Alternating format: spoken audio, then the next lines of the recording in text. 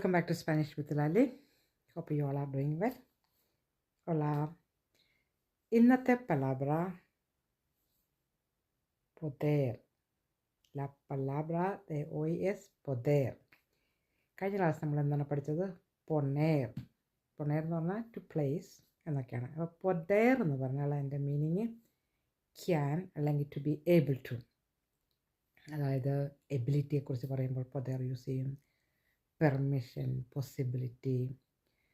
Example പറയുവാണെങ്കിൽ പൊതേർ ജോ അയ്യോ ആയിട്ട് കോഞ്ചുഗേറ്റ് ചെയ്യുമ്പോൾ പുയതോ അസേർലോ എന്ന് പറഞ്ഞാൽ ഐ ക്യാൻ ഡു ഇറ്റ്. പുയതോ ഐ ക്യാൻ, അസേർ ടു ഡു, ലോ എന്ന് പറയുമ്പോൾ ഇറ്റ് എന്നാണ്.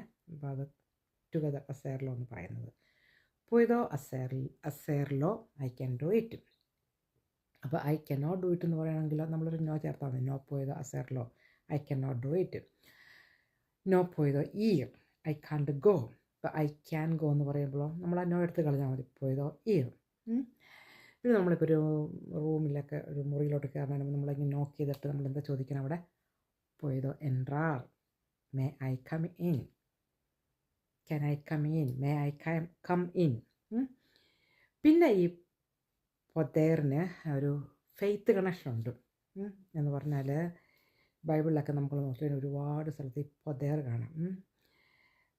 അതൊരു നൗണായിട്ട് വരും. അതായത് എൽ പൊതേർ മീൻസ് പവറാണ്. എൽ പൊതേർ എന്ന് പറഞ്ഞാൽ അതിൻ്റെ അർത്ഥം പവർ അല്ലെങ്കിൽ സ്ട്രെങ്ത് ആണ്. അത് എന്താ പറയുക, which opens a natural bridge to a spiritual തീമായിട്ട് അതിലൊരു കണക്ഷൻ ഉണ്ട്. എക്സാമ്പിൾ പറയുകയാണെങ്കിൽ കോൺ ദിയോസ് തോതോ ലോ പുയതോ. കോൺ വിത്ത്, ദിയോസ് ഗാഡ്, വിത്ത് ഗാഡ്, തോതോ ഓൾ, ലോ പുയതോ I can do all things. മനസ്സിലായോ? With God I can do all things. അല്ലെങ്കിൽ വേറൊരു എക്സാമ്പിൾ പറയാം. ദിയോസ് me da el poder para seguir. God gives me the strength to continue.